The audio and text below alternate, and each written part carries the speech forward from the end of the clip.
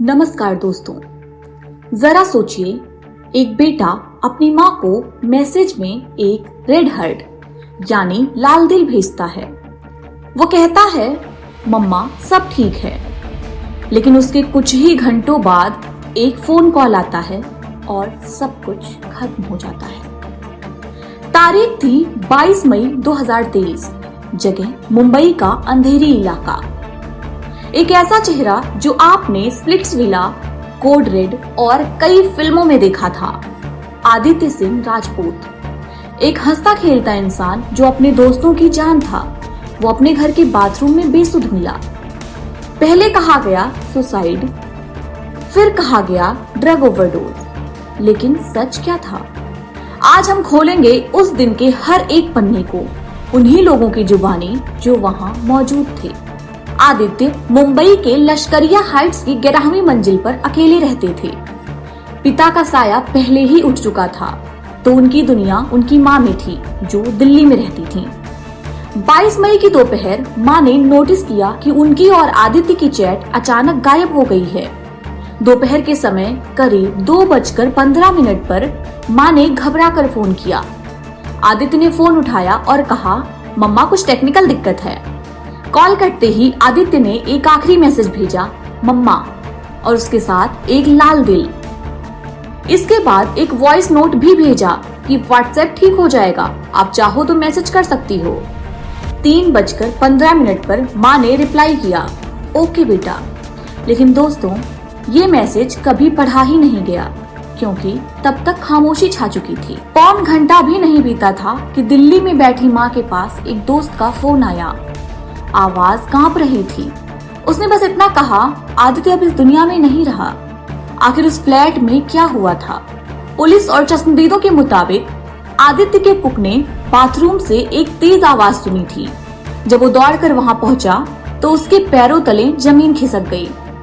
आदित्य जमीन पर पड़े थे, बेसुध, और सिर से खून बह रहा था। कुक घबरा गया।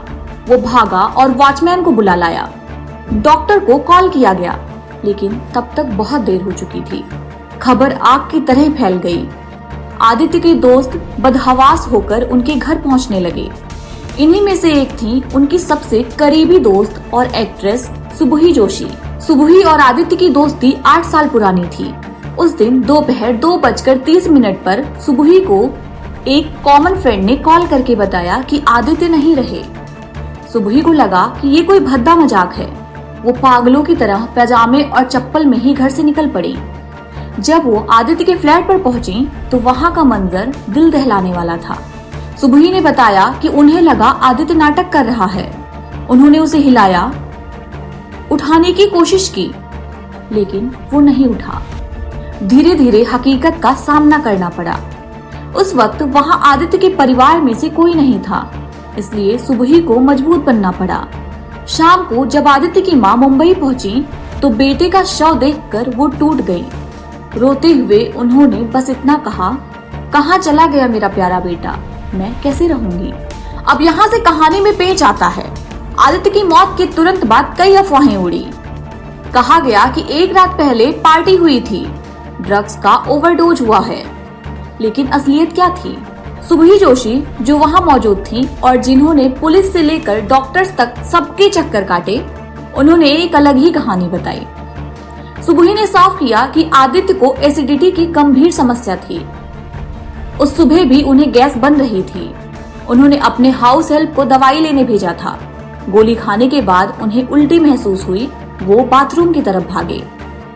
सुबुही का मानना है कि बाथरूम में पैर फिसलने से वो जोर से गिर पड़े। वो इतना जोर से गिरे कि उनका सिर दीवार की टाइल्स से टकरा गया। सुबुही ने बताया कि जब वो बाथरूम में गईं, तो वहां की टाइल टूटी हुई थी। सोचिए टक्कर कितनी जबरदस्त रही होगी कि दीवार की टाइल ही टूट गई। यानी ना ड्रग्स ना सुसाइड, ये एक दर्दनाक हादसा था।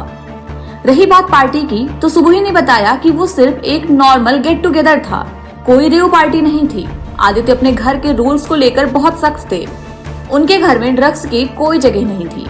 हैरानी की बात यह है कि आदित्य की पोस्टमार्टम रिपोर्ट कभी पब्लिक नहीं की गई। सुबुही ने कई बार पुलिस से रिपोर्ट मांगी ताकि वो दुनिया को सच बता सके और अपने दोस्त के नाम से ड्रग्स का धब्बा हटा सकें, लेकिन हर बार केस दूसरे ऑफिसर को ट्रांसफर होने का बहाना बना दिया गया। हालांकि जिस दिन पोस्टमार्टम हुआ, डॉक्टर्स ने सुबुही को सिर की वो चोट दिखाई थी, जिससे साबित होता था कि मौत गिरने और सिर पर चोट लगने से ही हुआ है। कुछ लोगों ने दबी जुबान में हत्या का भी शक जताया, लेकिन घर पर सिर्फ हाउस हेल्प था और पुलिस ने उससे भी पूछताछ की थी। सुबुही का कहना था कि घर से कोई सामान गायब नहीं था, कोई जबरदस्ती घुसने के निशान नहीं थे, तो हत्या क्यों होगी। अब मैं आपको एक ऐसी बात बताती हूँ जो शायद आपके रोंगटे खड़े कर दे। आदित्य के अंतिम संस्कार के बाद जब सुबुही अपने घर लौटी तो वो बहुत डरी हुई थी। उन्हें लग रहा था कि आदित्य उनके आसपास हैं। एक रात सुबुही के साथ उनकी एक दोस्त सो रही थी। सुबुही को अचानक महसूस हुआ जैसे कोई उनका सिर सहला रहा है। जब उन्होंने आंखें खोली तो उन्हें लगा जैसे आदित्य वहीं खड़ा है। वो बुरी तरह डर गई, लेकिन उस दिन के बाद से उन्हें आदित्य का एहसास फिर कभी नहीं हुआ। शायद वो आखिरी अलविदा कहने आया था। 17 साल की उम्र में दिल्ली से करियर शुरू करने वाले आदित्य ने ऋतिक रोशन और शाहरुख खान जैसे दिग्गजों के साथ 125 से ज्यादा विज्ञापनों में काम किया था। वो एक फाइटर थे जिन्होंने अपनी जगह खुद बनाई थी। आदित्य का जाना हमें सिखाता है कि जिंदगी कितनी अनप्रेडिक्टेबल है। एक पल आप हंस रहे होते हैं और अगले ही पल सब खामोश। दोस्तों, पुलिस ने केस बंद कर दिया है, लेकिन आदित्य के दोस्तों के लिए वो सवाल आज भी जिंदा है।